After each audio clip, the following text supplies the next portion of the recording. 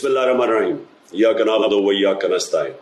मेरे पाकिस्तानियों, जब तक ये मेरे अल्फाज आप तक पहुंचेंगे मुझे एक नाजायज केस के अंदर बंद कर दिया होगा।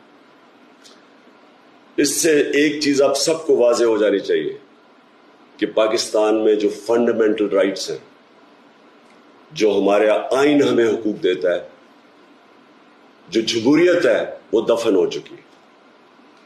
और हो सकता है कि इसके बाद मुझे मौका ना मिले आपसे मुखातिब होने का, इसलिए मैं 2-3 बातें आपसे करना चाहता हूं आज। सबसे पहले, पाकिस्तान की जो कौम है वो मुझे 50 साल से जानती है।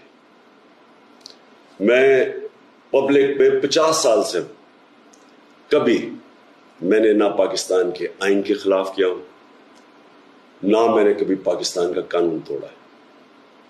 और मेरी हमेशा, जब से सियासत में आया, मेरी हमेशा कोशिश हुई कि मैं जो भी अपनी जद्दोजहद करूं वो पुरअमन करूं, आइन जो मुझे हक देता है पुरअमन एहतजाज का, उसके बीच में रह के करूं। आज ये जो किया जा रहा है, ये इसलिए नहीं किया जा रहा कि मैंने कोई कानून तोड़ा है, ये सिर्फ इसलिए किया जा रहा है कि ये चाहते हैं कि मैं जो हकीकी आज़ादी की तहरीक है इससे पीछे हटूं। और ये इसलिए किया जा रहा है कि ये करप्ट चोरों का टोला, इंपोर्टेड हुकूमत जो हमारे ऊपर मुसल्लत की गई है, ये चाहते हैं कि मैं उसको कबूल कर लूं। मैं आज आप सबसे अपील कर रहा हूं कि आपको अपने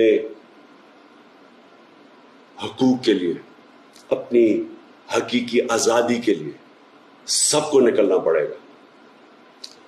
कभी भी किसी कौम को प्लेट में आजादी नहीं पकड़ाई जाती।